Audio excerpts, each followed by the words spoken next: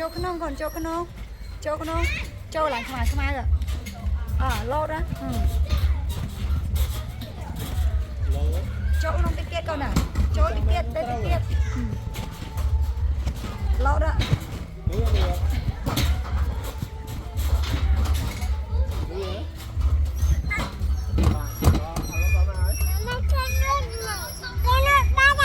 Cái lốt bắt ra nuôi ở bông ta lốt ta khai. Ta lốt mình che nè, ta lốt mình che đó con ạ. Ta lốt mình che. Nè mà nè. Này. Ta lốt mình che. Này cầm vô đây nhóc mót còn. Lốt mình che.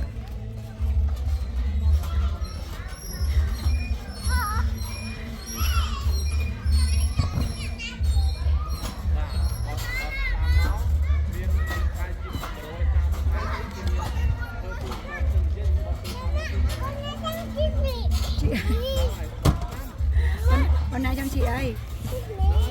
Chị nè.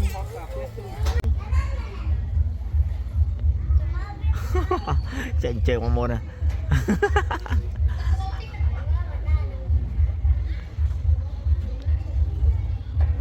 Sao con thơ ban.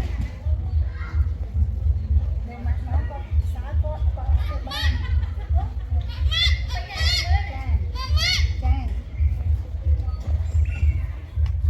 Coba con. Coba. Che tới tiết đấy. Tới. Đâu che tới tiết đấy rồi. Đá tay con không biết là vẹn để chưa ngon nào ngon ngay. Cho anh em cầm nè kìa đó lên. Đấy, cái lấy bàn đá cồn. Cái băng lôi hai đó. Đấy, lấy hết đó. Ta ta kẹo mình cắt lôi cho đây. Ta lấy nè. Đấy con đã. Con lang can cho đạp xe. Lấy con. Lấy con lang tao đi rồi nè. Lang tao này. Cho lâu bật ổn bật đây.